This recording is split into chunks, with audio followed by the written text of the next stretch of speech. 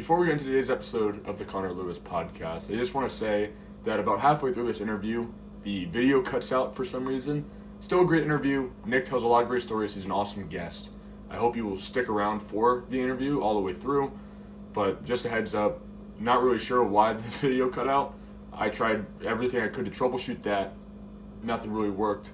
But still a great interview. I had a great time. I hope you enjoy the following.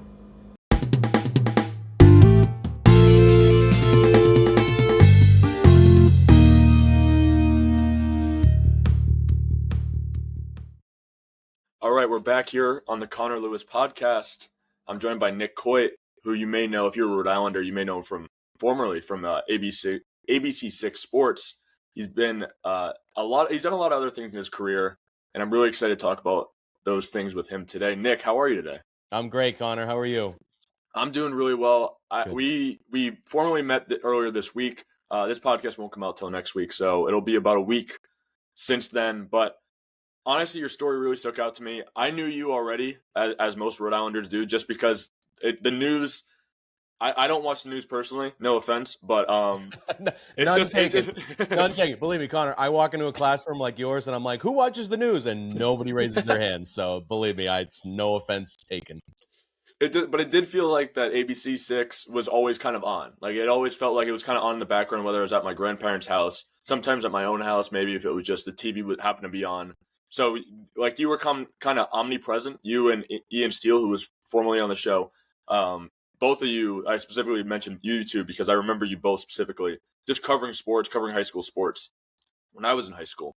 So I want to start from the beginning with your career. Where did your interest in broadcast journalism really start? And were there any influences that came into play there? Yeah, I think I discovered probably around like middle school that I had a talent for being in front of people and performing. I got into a couple of the musicals when I was in middle school in Plymouth. So I'm from Plymouth, Mass. And I landed a lead in Guys and Dolls in the sixth grade. Oh, yes. I was Nathan Detroit, which was Frank Sinatra's role in the original movie. There's Frank Sinatra and Marlon Brando, so and that goes right. I mean, you look just like him, I guess. Yeah, not quite as handsome as the chairman of the board, of course, but I got into that and I started doing musicals and performing, and so that was a big thing for me. And I also grew up playing sports, and specifically, I was a baseball guy. Plymouth is a baseball town to me, and so I got into that. I got into golf when I was young as well.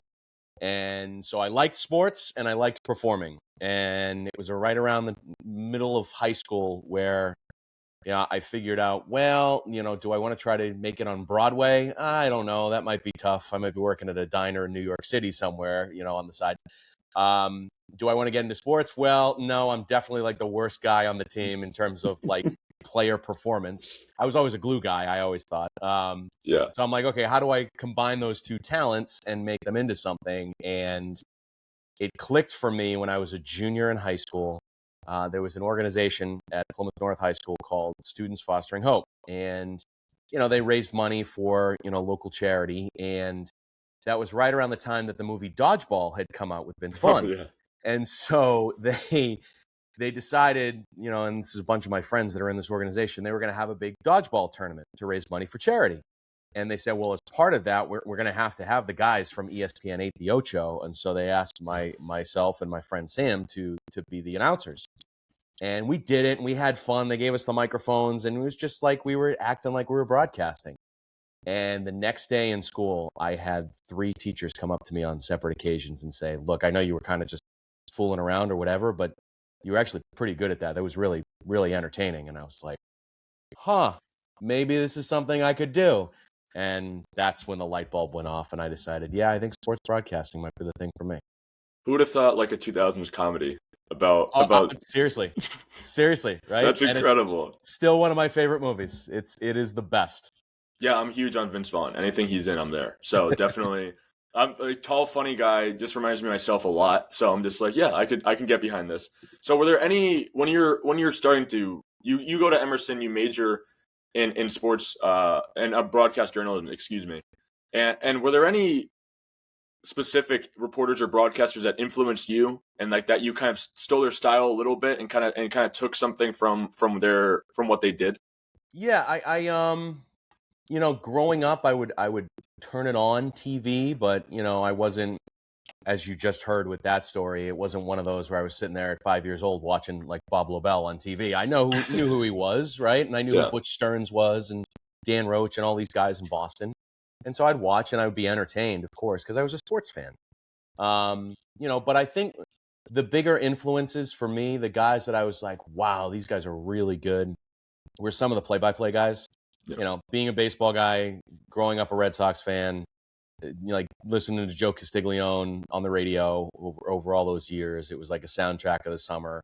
My personal favorite in terms of local broadcasters, because I just thought he was so genuine, was Gil Santos, who was the voice of the New England Patriots for a long, long time.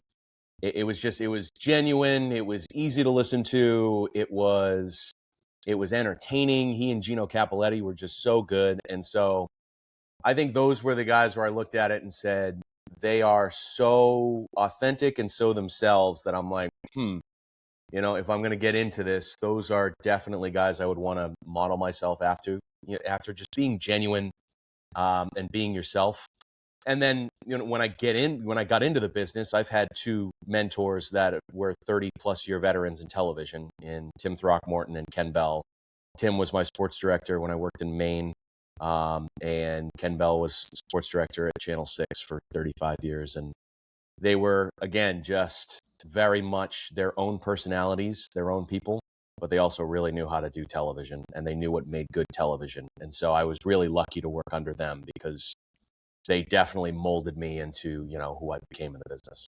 So actually that brings up kind of an interesting question, is like how valuable are mentors to you in a business like this? Because I feel like there's not a specific game plan necessarily as to getting into a business like broadcasting. I feel like there's a lot of routes you can go. So how important was having mentors and like role models in that way valuable to your career? Yeah, it was huge. It was huge because it taught me, when I got to, my first on-air job was in Bangor, Maine at the CBS station up there. And Tim Throckmorton was the sports director there for over 3 decades. And, Timmy was great because you could relate to him. He always made you feel comfortable. He was used to being a mentor because he had a lot of young reporters come through the station, whether it was in his sports department or not. It's a small marketplace. And so there was sort of that expectation of it being a breeding ground for people that would, move on to the next level. And so Tim was just so good about, okay, hey, if you're going to make it, here's what you need to do. Here's the things that you need to learn. I picked up on that very, very quickly. I'd even go back to having mentors too. When I first got into the business, I was a producer for almost a year at Boston 25. Yep. And behind the scenes, and I was just learning all of the things that I needed to learn before I went on TV, how to produce, how to write, how to edit, all that. And, I had people like Mark Ockerblum and Adam Pellerin, who's at Nesson now, that were really great mentors, because it was very much like every night I'd do something and they'd say, okay, this was good. This is something you need to improve on, so on and so forth. So it probably started there.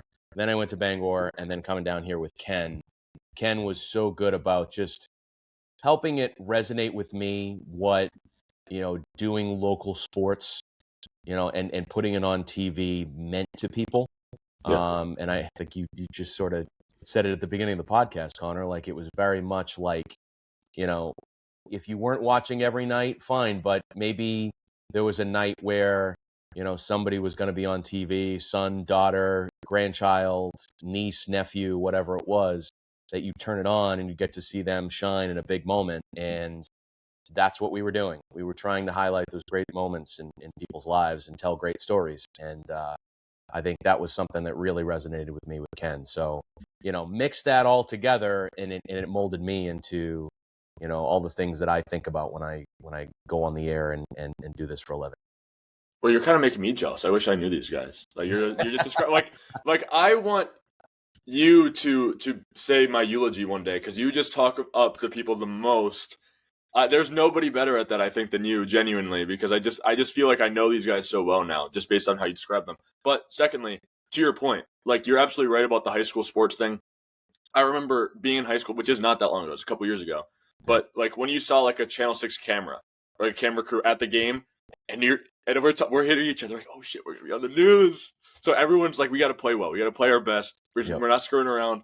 And that I was definitely on. I had cut a couple highlights, most notably my state championship my junior year. I had a block that kind of, so it's kind of a quick story, but I blocked like one of my closest friends who's on the opposing team. And so, and the newscast, I don't even remember exactly what they said, but they said, and Lewis with a huge block on Tiernan. And that just got sent around in everybody's group chat forever. Just because we'd love to bust his balls about this. And he was like so tired of it. He doesn't talk to me anymore. He used to be on this podcast. He was my co-host. And he was like, you know what? Because you keep bringing it up. I can't do it. I just can't. It was the funniest thing. I guess that's the beauty and the agony of sports, right? You're on the good side and he's on the tough side. Oh, it was just so funny. No, I hope he watches this. I really hope he does because he's the man. But I just thought that was such a good story. And you're right. Like, to your point, you're correct. Like, people, every time that a relative was on the news, it kind of like everyone kind of got gathered and like, yeah, let's watch this. This clips got sent around. So I think you're right. And I kind of want to get back to you at Emerson because you mentioned this when you were giving a talk in our class about being a student athlete. You played baseball. You were the glue guy, as you say, in your own words. I don't want to step on your toes there. My own words, and it's okay. Yeah, fact, not opinion.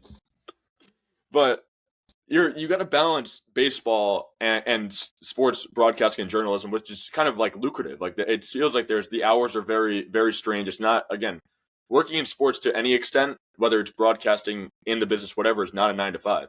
So how are you balancing that? Again, I know you didn't play, so maybe this is not like the best question to ask, but like how are you balancing like doing internships and practicing your craft with actually practicing your sport and playing? Yeah, it was a tricky balance, and to be honest, I played for 2 years at Emerson, and then I actually just transitioned into just broadcasting because it was time consuming. It was something that I really wanted to pursue. I knew I wasn't, I loved playing. And what ended up happening was I ended up calling the games for the baseball team and for all my buddies by the time I was a senior. And that was really cool because it kept me around the game, kept me around the team, and also helped me kind of harness my craft. And I just knew, okay, I got to put in some more time. And instead of playing on the team, during spring break, I was, part of our news organization at Emerson, covering spring training games and putting together, our big project, our big half-hour show. And so, it for me, I transitioned into it, probably midway through college, and that helped because it got me the experience that I needed, and it helped me gain the connections and the relationships that I needed, and gave me the time to do, internships and specifically the one at Boston 25. That was spring semester my senior year, and there was just no conflict. It was like, this is what I'm doing, this is where I'm going, I'm getting my degree in May, and then I'm off into the real world. And so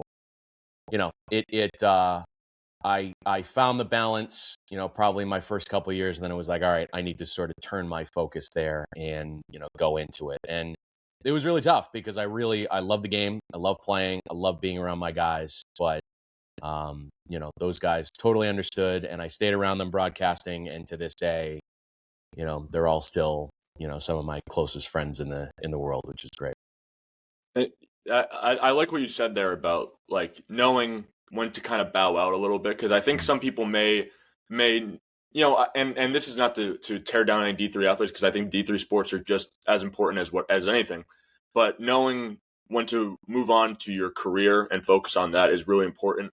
I've kind of done that a little bit. Like, I'm not some fantastic athlete. I didn't have any D1 offers, but I had some offers from like different colleges, whatever, but I wanted to focus on like doing stuff like this and focusing on my actual career rather than, going to a college and going into massive debt and playing a sport, but the money is tight and whatever. But you kind of stepped on what I was going to say a little bit, because I wanted to bring up the internships part, and eventually you work with Boston, Fox Sports Boston, and then I'm just curious to know the value you see in internships And like, what steps were you taking in order to secure them at the time? Because I feel like it's so different now. Because like LinkedIn is so powerful. I don't know if LinkedIn was as big when you were in college. I'm not Definitely sure how not. that went, but Yeah, like, definitely not. what were you doing in order to get those internships at that time?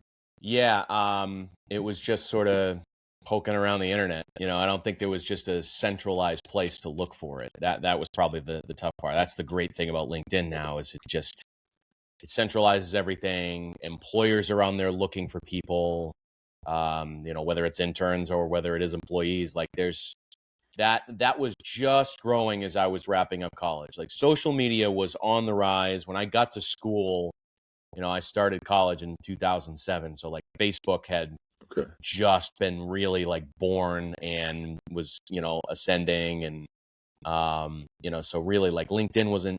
It was getting there by the time I graduated, and I think X was trying to get there as I was graduating as well. Like I think the first Okay. instance I ever had of like, oh wow, this is pretty powerful, or this is like a breaking news tool was when the Celtics traded Kendrick Perkins to the Thunder.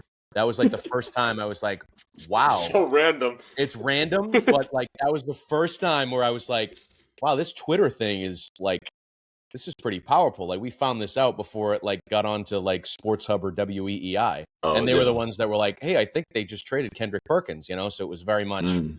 that was like one of the first times that it hit me. But yeah, I think to answer your question, with internships, it was just looking around and kind of brainstorming. And the first one I had was with the Cotuit Kettleers of the Cape Cod Baseball League. And that was just a matter of like, I had a friend who had done an internship with a college baseball team, and he was like, oh, you should look into that for a summer. And I was like, boy, I wonder if the Cape League has internships. And I looked into it, emailed a couple of the teams. The Kettleers got back to me. And then my buddy Nick, who was also on the baseball team with me at Emerson, who ended up actually being the head coach years later. He was like, hey, do you need somebody to do it with you? I'm like, let's do it. It'd be great. And so we ended up calling like 51 games that summer, and it was fantastic. We saw some really great talent that came through. Like, I think the first game the Cotuit play was against Wareham, and they had this kid named George Springer on the team that was a pretty good baseball player and ended up being a pretty good baseball player. And Matt Barnes, who ended up pitching for the Red Sox, was on that team. And like, and so it was really cool to go through that summer and see a bunch of the guys. But for us, it was very much, they were like, okay, well, okay, here's a microphone. Here you go. Like, we're going to hand it to you and you knock yourself out. And it was cool. And, one of the best things that happened, I mean, you make relationships with the players, you make relationships with the people that are in the organization, and that leads to, just maybe opportunities years later, staying in touch with people. It just sort of grows your network. And that's the best part of having an internship is, the people that, you meet along the way, and you just never know what doors that could open up for you, down the line. And so, that was huge with the Kettleers. Gave me confidence too when you're getting reps in certain things, and calling games every day. You're like, hey, I could probably do this. I'm learning here on the job. And one of my favorite little stories from Cotuit was, so one of our outfielders on the team was Mike Yastrzemski, who I think he's with the Royals now, was with the Giants obviously for years, and everybody knows who his grandfather is. Mm-hmm. And so his mom showed up to a game and came over to the table where we broadcast and said, hey guys, nice to meet you, whatever. We were kind of branding ourselves as Nick and Nick.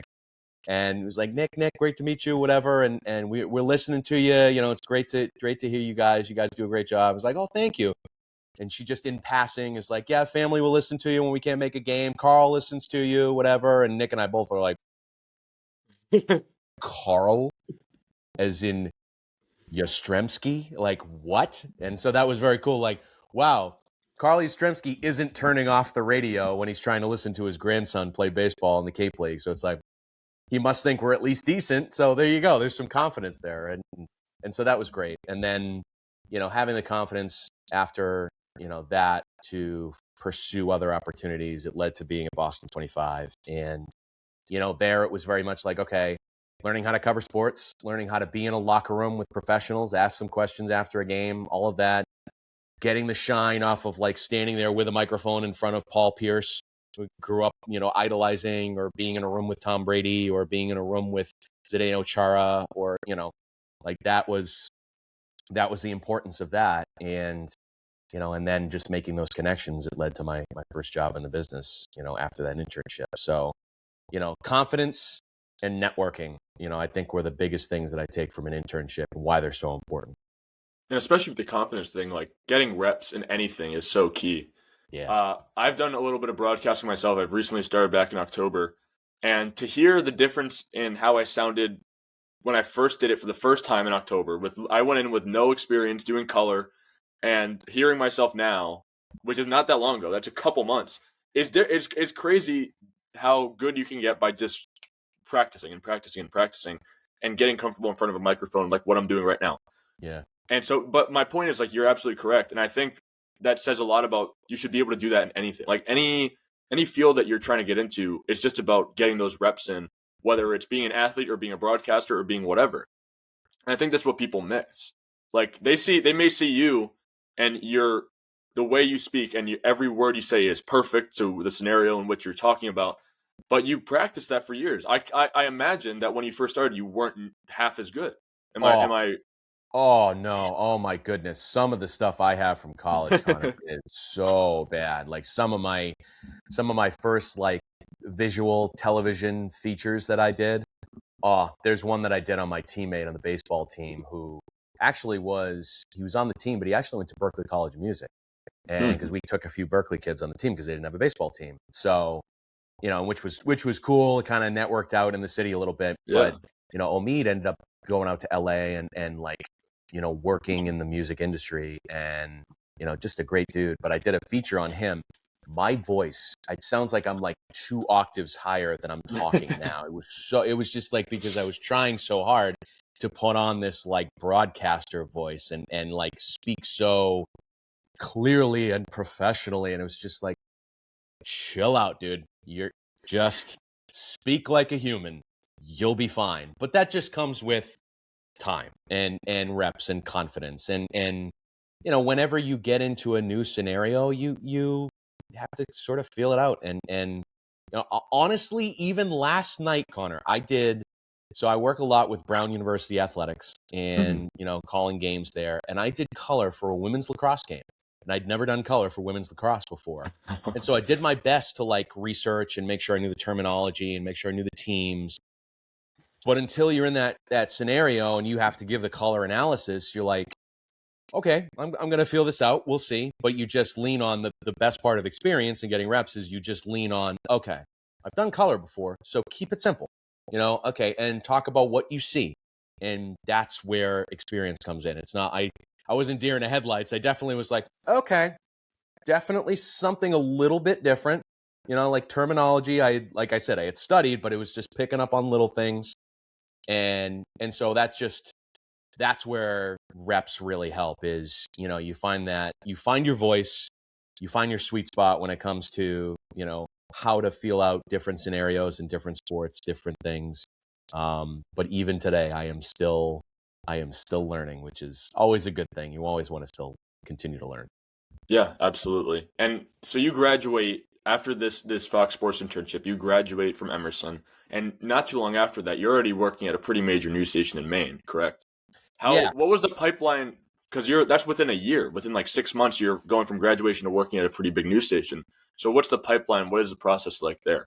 Yeah, it was. So again, internships, that helped because, I always say I graduated from Emerson on a Monday, and then on a Tuesday, I was working behind the scenes at Boston 25. And I was a producer there for about 9 months, just the way that the sort of the scenario broke. The sports anchor had left the station. The lead sports producer and his wife were expecting a baby, so they needed help in the sports department. They liked me enough as an intern and my work there. It led to that job. And, so within a month, I'm, covering the Boston Bruins winning the Stanley Cup in 2011. And so I'm behind the scenes helping with all that coverage. And so, again, it was because of an internship that I was able to land that opportunity. And, the other great part of that was, okay, I'm producing, but then I would take some time or I'd pick my spots where it'd be like, hey, can I go help you cover this? Or, hey, can I go out on this shoot or something like that? And There was a guy that was at the station at the time who was the sports photographer, and he's still there, and he's an absolute goat. This guy, Walt McGraw is his name. Walt, if you say the name Walt in Boston sports media, everybody knows who you're talking about with Walt. He's the best. And he was great to me when I was an intern, introduced me to everybody, helped me network. But then when I was producing, I'd work with him on certain stories and things we'd cover. But there'd be times where he would cover something. I'd be like, hey, can I go there? And he'd be like, yeah, that helps me. Like, you can ask the questions. You can basically act as the reporter and get your reps and get your practice in. So I remember like draft night, for the Patriots in 2011, I ended up going with Walt to Vince Wilfork's draft party. Ended up doing a one-on-one interview with Vince Wilfork, which was awesome for me because it was like, okay, first of all, it's a great experience. But two, that also helped me build a tape and get that out to, news stations months later that I had this interview with Vince Wilfork. Or there was one time right before the NBA draft where the Celtics contacted all the stations and said, hey, don't know who we're drafting, but Doc Rivers and Danny Ainge are going to be available to the media to do interviews. And so I said to Walt, can I come along? He's like, sure. And I ended up getting a one-on-one interview with Doc Rivers. And it was fantastic. And we put the sound on the air, but for me, I saved the tape. And Walt was awesome enough to get me on camera asking the questions. And so I had that. And so after a lot of time, I just built it up. I got the experience and I got the tape. And then I was able to build that into a resume reel. And the CBS station in Bangor, Maine, and news director Jim Morris, the wonderful Jim Morris, ended up calling me on it. And by December, I was working in a news station and I was a sports anchor, which is exactly where I wanted to be. And Bangor, Maine is. You mentioned one of the smaller markets during your speak. Was there any I don't know, like something like croquet or something, some weird sport that you had to cover while you were there? I can't put my finger on a sport specifically, but if you had an idea of like a story that you could share about that, I'd be curious to hear about that. It's almost like, wow, you picked croquet. It's almost like you knew something or you heard that story before. Yeah, I told that story at in front of your class there at Rhode Island College of how middle of the summer, school's out. We're not covering the University of Maine because not much is happening. No high school sports, so you're trying to find things in the summer. And yes, I ended up getting in a car after I saw an ad in the Bangor Daily News for a croquet tournament happening in Southwest Harbor, just south of Bar Harbor. And yes, I drove over an hour. I covered the story. They were thrilled that I was there. Got this great video on the air, and I had my story for the night. How about this croquet tournament going on in Southwest Harbor? But that's local sports. That's local people. The 20 people that were there probably watched that night, and maybe I gained 20 more viewers on the air, and that's what it's all about. So, yeah, you find ways and you get creative, and that's part of the experience in getting reps is, okay, when things are slow, where do you go? And that was certainly one place I didn't expect to go, but I certainly did in the middle of the summer. I'm sorry to put you on the spot with that story. I'm sure you tell it a lot, but I just want to find the video now.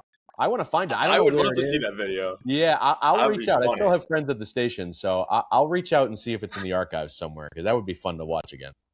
I think that might go viral. If you post on TikTok, I genuinely think that people would be like, "What is this?" But oh yeah, this would be up there with the what's the guy? Boom Goes the Dynamite guy, probably on social media. Yeah. There's a reason I bring that up. It's not just so because I love that story. I think that story is so great. It's mostly because you got creative with what you were doing. And it feels like, and correct me if I'm wrong, I don't know, but when you're doing sports reporting for so long, you know what you're going to cover. Like, you're going to cover one of the major four sports. If not that, then college. If not that, then high school. So, and you could give me another example if there's one that comes to mind, but was there any other moments where you had to get creative with things like this, where you didn't have any of the major four sports at the moment, or nothing like major happening, no college, no high school, and so you had to kind of audible, so to speak, and get something else in? I'm trying to think now because I think holidays are always interesting because you got to try to be creative. Even though like July 4th, after a while, it's like, okay, I know on the 4th of July, I'm putting on Red Sox highlights, Yankees highlights, and Joey Chestnut eating a lot of hot dogs. Like that's basically what's going to go on the air. Yeah. Or like Christmas is like, okay, you've got the NBA on ABC all day, so it's probably just going to be a lot of NBA highlights and maybe an NFL game they're playing. I don't think I had to get as creative or outside the box in Rhode Island because I think there was always more going on here, even particularly during the summer. And what I think the experience in Maine and getting that creative did for me was make sure in the back of my head, hey, I keep some of these, niche sports in mind where, you could probably cover them on a given day. And, it means a lot to those people. And, I joke about the croquet tournament, but I know this past spring, the New England Free Jacks were playing the Major League Rugby Championship at the new Centerville Bank Stadium where Rhode Island FC plays. Yeah. And they were coming to town, and Ian and I both talked about it and said, we should cover this. This is pretty cool. Like it's different. It's cool. There's a different audience for it. And, on a slow Tuesday or whatever, where there was something, wasn't a busy day on our sportscast, like perfect. This is a great thing to feature today. And so we did. And I ended up covering the championship game too, which was great. And that to me is where my mind probably goes after having that experience is, okay, keep your eyes out for anything that's non-traditional. And that could really mean a lot to somebody. And sometimes you kind of stumble upon, hey, this does mean a lot to a lot of people. Like covering golf and local golf in the summer in Rhode Island is a big deal. Like the Rhode Island Golf Association puts on a lot of events. There's a lot of people that are pretty good, have great stories behind them. And so we cover a lot of those tournaments. And that's an important thing. And during the summer when it's slow, you bet that's a great thing to put on because it definitely will take up a lot of time. But, again, it means a lot to a lot of different people. So, the more you do that, the bigger of an audience that you build, and not just at 6 and 11 o'clock at night, but also on social media too. Because if you're doing an interview with the coach of the New England Free Jacks, how many people are putting that on social media? I don't know. Maybe people that cover rugby, but how big is that media contingent? I'm not sure. Probably not as big as covering the Celtics in the NBA. So, when you cover them, it means a lot to them. And you can also build an audience in different places, which is cool. Yeah, I think that's really well said. I think, and again, it kind of ties back to the thing I was saying about high school, and you're totally right in what you said, but like how much it means to high school kids when they see a news camera or two or three at their pretty big game, and they know they're going to be on there later, at least one of the channels. So I think what you're saying is so true. I do want to ask you about, like, you went from the main news station to ABC6, right? Mm-hmm. Like that was kind of that. How did that happen? Was it like you knew somebody at Providence that shouted you out about a job? Was it something else? I'm curious to know. I'm always so fascinated by how people go from one job to another because usually it's never messy. Usually it's something like so minute that makes all the difference. And I'm curious to know like your experience there. Well, a lot of times it's just knowing people and making connections, and that's exactly what happened. So I ended up leaving the job in Bangor after 2 years, and you work in television as talent. It's usually from contract to contract. So my contract ran out and said, okay. And it was actually funny. My mentors up in Maine and people that I worked with are veterans up there were kind of like, because I was thinking about, maybe I'll extend for 6 months. I don't have a job lined up quite yet, whatever. And my mentors up there and my news director, Jim, and, there was a couple other great people up there that were like, go, you're ready. Go to the next level. You're good. Like, trust your talent. You'll be fine. Like, okay. So I actually didn't have a job lined up right away. I ended up filling in for a couple of months. My good friend, Rich Kimball, who does a radio show and now does a podcast up there. I ended up filling in on his show. And so that helped me, in between time. But what ended up happening was I was on my way home from Maine back to Massachusetts on a given night, middle of January, and an old college friend of mine, a woman named Nikki Gerber, who's, awesome. Like love her energy, spitfire. She's great. And she texted me, she goes, "Did you find a job yet?" I said, no, what's going on? She was a reporter at ABC6. She happened to be the morning reporter. And she said, so our second sports guy, a guy named Matt Blanchett, another great guy, he was being promoted to become one of the morning anchors, news anchors. So he was leaving that weekend sports anchor job. And Nikki was like, so the sports anchor job's going to be open. I said, oh man, okay. She said, are you interested? I was, you bet I am. So she's like, okay, send your stuff. Here's the email to my news director. I'll let her know that you're going to reach out. That had to be at like right around dinner time. I think it was having dinner with my mom. It was like 6:30. I ended up getting my tape and my resume and all that stuff to the news director by 9 o'clock that night. I kid you not. I was at the station for an interview at 10 a.m. the next morning. Whoa. Next really? morning, because she was like, we want to fill this. We want to fill this fast. And, you know, Nikki recommended you, so we'll bring you in. We'll bring you in right away. So You drove down right away. Drove down. I was there 10 a.m. the next morning. And that's how fast it can happen. And they ended up going through a process because, you know, stations do that. They're required to do that and all that. And they had a couple of candidates. But because I made an impression, like right away, like, hey, I want this. Hey, I'll be here. Hey, I'm immediately available.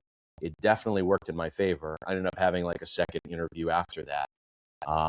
And really, it was the general manager at the time, Chris Zanabis, who, you know, really was like, I like this kid. I think he's got a drive. I think he's got a passion for it.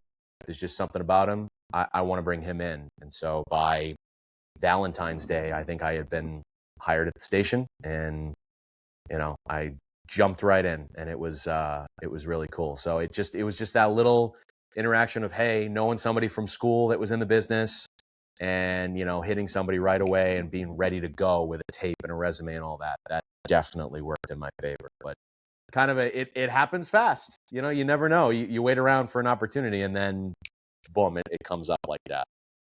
I think that's really well said. And you mentioned this in the talk you gave to my class. Mm-hmm.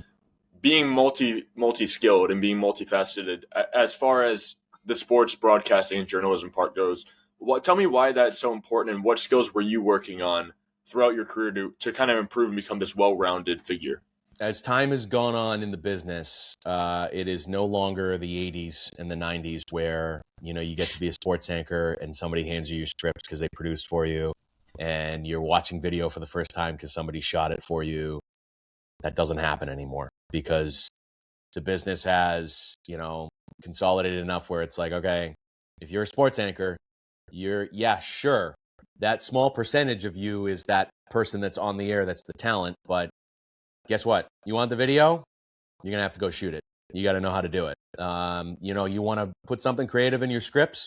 Great. You're going to have to write it. You want to put something in your show that might be off the cuff or whatever?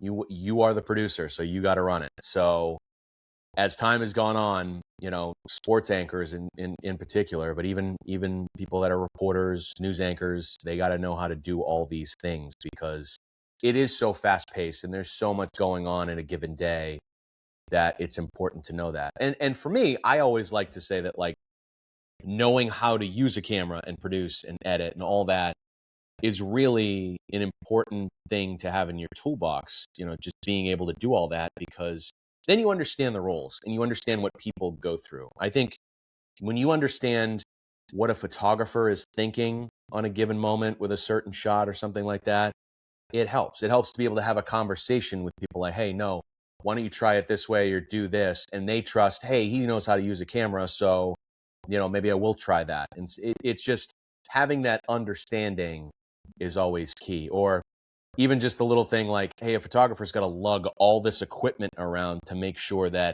everything looks good on TV.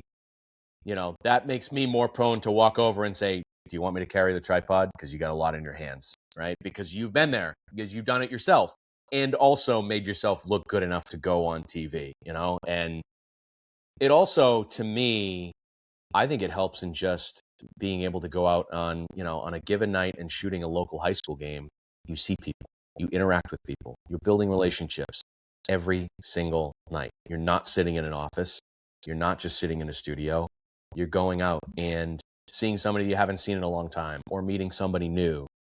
And that was the best part of working at Channel 6 and being part of the local high school scene, was that you do that for almost 12 years, you meet a lot of people, you see a lot of athletes, and you can speak about it firsthand. And to me, that goes a long way when you're going on the air and you're saying, well, I was there and I saw this. I think that gives you a little bit of credibility too. And being able to go on the air and talk about how, yeah, I saw this kid Quiddy Pay at Hendricken. He was a pretty good player. I saw him run over people for 6 touchdowns in the state championship football game.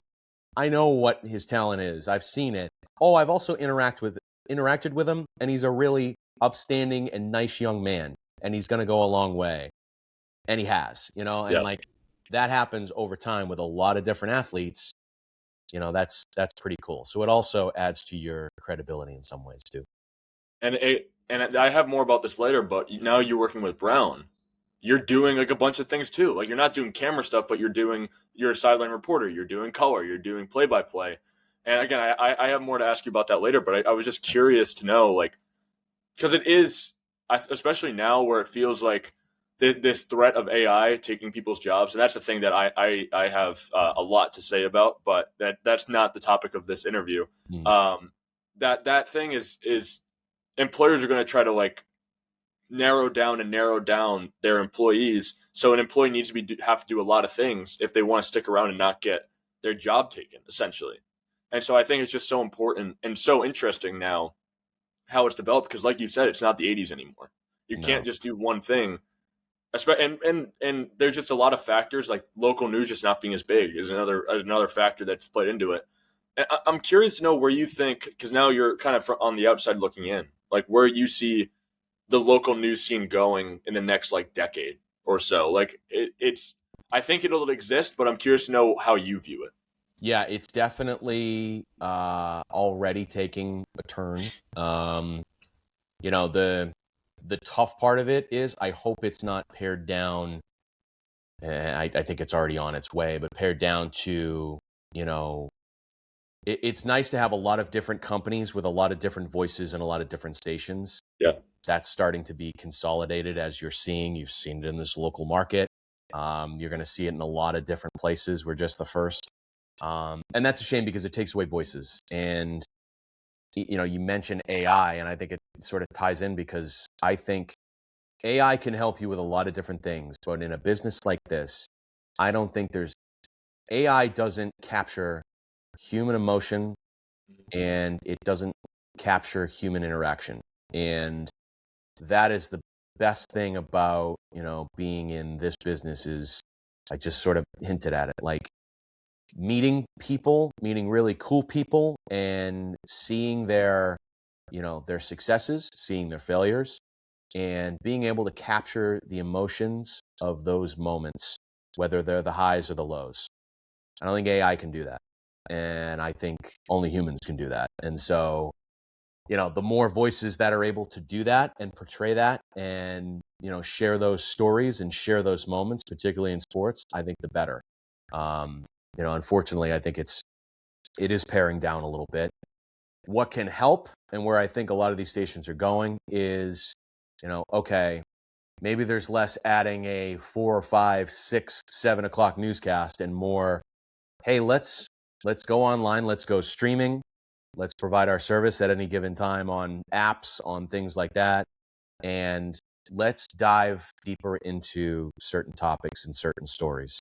And it's, hopefully the plus side of that is it's less, putting together a 1 minute and 30-second, feature story that goes on for a certain amount of time on a 6 o'clock newscast, and more, let's dive into this person's story for a half hour on a streaming show or a streaming podcast or something like that. So, and that captures a lot of great human emotion and interaction. And so hopefully that is the plus side of where the business is going. And, if those big companies that are, taking over the business, if they invest, I think that's a big thing too. Invest in people, invest in talent, because, that'll go a long way. And invest in people that know how to do all these things on social media and streaming and whatnot. Can you kind of explain, because I'm not sure if everybody's aware. Obviously, you've said it to me in my class, but yeah. the buyout situation and what happened with ABC6, because I feel like not a lot of people understand what happened, and I feel like they don't understand that a lot of people lost their jobs. I feel like it just wasn't talked about a lot when it happened. So if you could kind of explain that a little bit.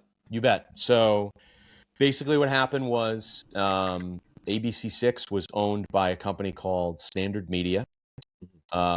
Standard decided to enter into a sales agreement with Sinclair Broadcasting. Sinclair is one of the major media companies in the country, owns stations in a lot of different markets. They happen to own NBC 10 in Rhode Island.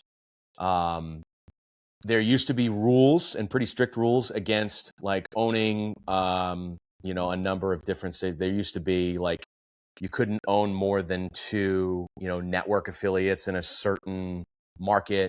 You also couldn't go over 39% in terms of the number of households that you could reach around the country. The FCC is relaxing and or set to relax some of those rules. So that is allowing some of these companies to, bigger companies buy smaller companies and buy out certain, and so in Rhode Island, that meant that Sinclair could now go into ABC6 and purchase the station.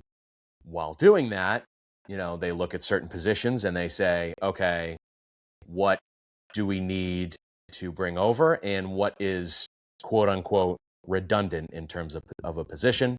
When they entered the sales agreement, they deemed that having 2 sports directors would be a redundant thing, and so they decided to eliminate my position. So it wasn't really me, it was my position that they eliminated. So and now since then they've sort of consolidated and dissolved the news operation, thinking, okay, we can use our resources and put them into what is on the ABC station now. So they did that for advertising, programming. Those are the real goals. But yeah, unfortunately, our news operation is now basically been dissolved. And so that's the situation, if it makes sense. Yeah, no, it definitely makes sense. I just feel like I was talking about it. I don't remember. One of my close relatives, I mentioned how it happened and how like ABC6, a bunch of positions were kind of cut. And they weren't even aware of it, and they do watch the news. So I was a little interested in you sharing about that, and again, kind of what you're saying about consolidating positions, and like what I said before, like places are looking for you to be so multi-skilled and multifaceted, where if you can't do everything, you might just be cut. And I'm not saying that's what happened to you, but I'm just saying like that's an example of what could happen. Right. And it's a little bit scary, and I understand it from their position, like they want to be efficient, but this is like storytelling. Like this is bigger than that. It's so hard for me to explain it. And I'm a big movie guy, so I think of it in the sense of like when these movie companies want to use AI to like create extras instead of paying extras to be in there. Like that, to me, it makes no sense. Like I'll never understand it. I'll never understand what the angle is there. I hope it doesn't happen.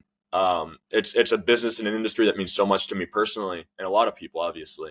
But I feel like, and this is not an AI conversation, this is just something that's coming off my head right now. Yeah. And so I hope you'll excuse me for meandering on a bit. But good. Both journalism, broadcasting, and the movie industry are creative industries. Mm-hmm. And AI is meant to kind of do the tasks that are not creative. Like that's kind of its goal, is to do the things that people don't really want to do. And so it feels like it's the exact opposite. And it just, to me, it doesn't make any sense. And so cutting people from news stations and doing all these things that they seem redundant, like to me, it doesn't make a whole lot of sense. But it seems like you're doing well. Like it seems like you've kind of found your footing a little bit. Mm-hmm. And I do want to ask you, because now you're teaching. Yeah. Correct? At URI and Dean? Yes. Which is, first of all, awesome. Like that's so sick. Did you ever think you would coffee be? Mug. That's what I keep. Oh, I like that. I didn't even notice that. Hell yeah. Yeah, I was gonna say. I made a lot of coffee in this industry, by the way. So just keep that in mind.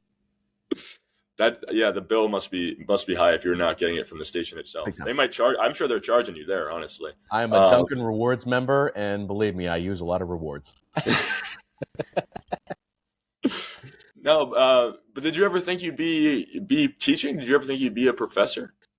I thought at some point in my career, I started doing it at URI a few years back, Mhm. and it was actually an old friend. It was Yanni Karakis, who had been teaching this particular class. It's Intro to Sports Broadcasting, right up our alley. And after he left his job at Channel 12, it was probably about a year after where, he reached out and said, "Hey, Rhodey's looking for somebody. Would you want to teach this class?" He said, "I really enjoyed it. It was really fun." And I was like, "Yeah, that'd be great." And so, yeah, I took it on probably 2022. So I think I've been doing it for 4 years. Um, and I really enjoy, just being able to help people that are just starting out.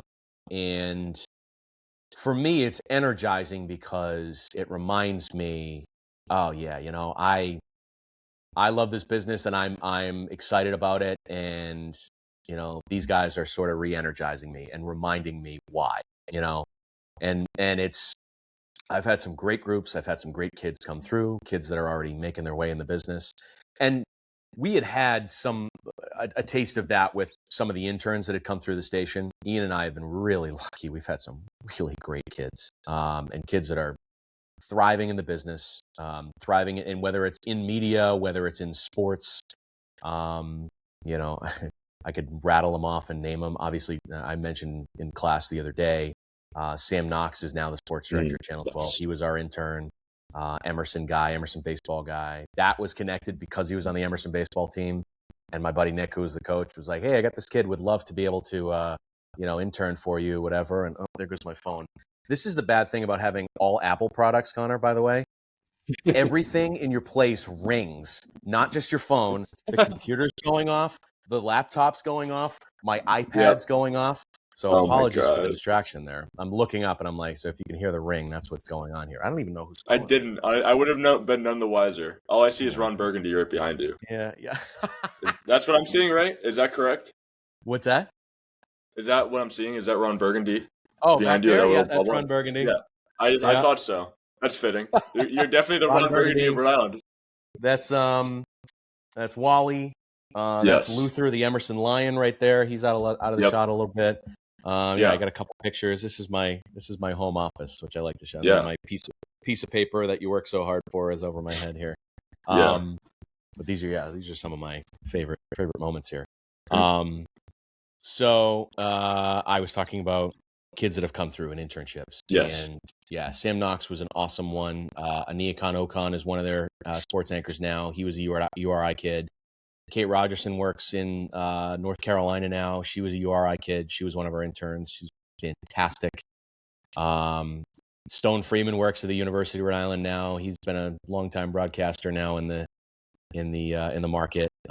So just a lot of great kids, and I love being able to help them get to where they want to get to. And I appreciate that opportunity, and more so now than ever, just because I think I needed that jolt. And I had a really great group in the fall at URI, and kids that are really just starting out, are really talented, and they kind of lived through what I went through with the station with me, because I walked into class 5 days after I got laid off, and I walked in and I started my lecture with, "Okay, guys, here's the real world.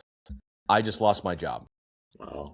And what was your reaction? It's the first thing I said. Well, one of my students, after it felt like 30 seconds of silence, one of my students was like, "So, what do you do?" And it was a great crowd. Like, great question. Great question. Because I'm thinking the same thing. What do you do? Where do you go? Mm-hmm. And so I've kept them posted on things that I'm doing and, and job interviews that I've had, things like that. And they're like my biggest cheerleaders now. And that's what I really appreciate. But they also got a real dose of reality with that. And I think everybody needs to hear that at some point if you're trying to get into this business. So, yeah, it's been rewarding doing this. And it also reminds me too, Connor, that, when what happened with the station, it was a decision way above my head that was not a reflection on my career, my work, or anything that I've done. And I remind myself of that. And I'm reminded of that when I talk to people like you and the people that I've met along the way. This was not a reflection on my work. And that's why I continue to have the confidence that, hey, I'm going to continue to do this thing because I like it and I think I'm decent at it. And so I remind myself of that every day. I think that's well said. I think maybe some people, when layoffs happen at places, I don't know. I've never been laid off. I'm 19. I've never had to deal with that yet. So good. I'm doing okay so far. I've only had to quit every job I've ever done. So I'm good so far. But I imagine that it's more about budget constraints. It's almost never, I'd assume, personal. And obviously I don't assume it's your talent. I'm sure most places would be very happy to have you in any other instance. So. But it's true. I just think that sometimes it just happens that way. Nick, I appreciate your time. I have one more question for you, if that's okay. Yep. One last piece of advice that you could share with me, with the people listening. Maybe there's a young person who's interested in journalism that's like unsure. If you could give them one piece of wisdom right now. Yeah. Be confident, be persistent, and go after it. And don't get discouraged along the way. You're going to have bumps in the road. I had them early in my career. I've just gone through one. Just have the confidence that, hey, I can do this. I want to do this. And it only takes one person to believe in you. If one person is like, hey, they're pretty good, and I think I'm going to give them a chance, go after it. And make the most of that chance. And, I talked about being multifaceted, be multifaceted, explore different avenues too, and see where you go, see what you love the most, because things might surprise you in this business too. You might think I want to get into TV, and yet I'm better at radio and podcasting. And so maybe that's the route I should go. But there's a lot of different ways now too. And there's new opportunities on the horizon. Everybody does a broadcast now. Everybody does a podcast now. There's so much more out there too, besides working in local news. And so take advantage of those opportunities and dream big too, because you can get to where you want to get to, if you continue to work hard and be persistent. Well, you are definitely one of the great podcast guests I've ever had. And you got me ready. You got me fired up. I'm ready to run through a brick wall for you, man. You got me fired up. Sorry for my Apple product interruption there. No. I'm fired up. I like to dream big. That's seriously, and this maybe is a little corny, but it's my Instagram bio. In the bio, if you click my profile, it just says dream big. Good. And every time I open Instagram, I look at that. Yeah. I'm like, yeah, I'm right. Everybody needs a little inspiration, whether you're an athlete, whether you're trying to be around sports. I make a lot of parallels to sports, believe me, with these things. And, yeah. How could you not? Right. And so, dreaming big is definitely one of them. Even where I am at my career and my age, I still think big things. Nick, thank you so much for joining us. For everyone listening and watching at home, thank you so much for tuning into this great interview. This has been one of my favorite interviews to do so far. And so long from me, and thank you all for watching.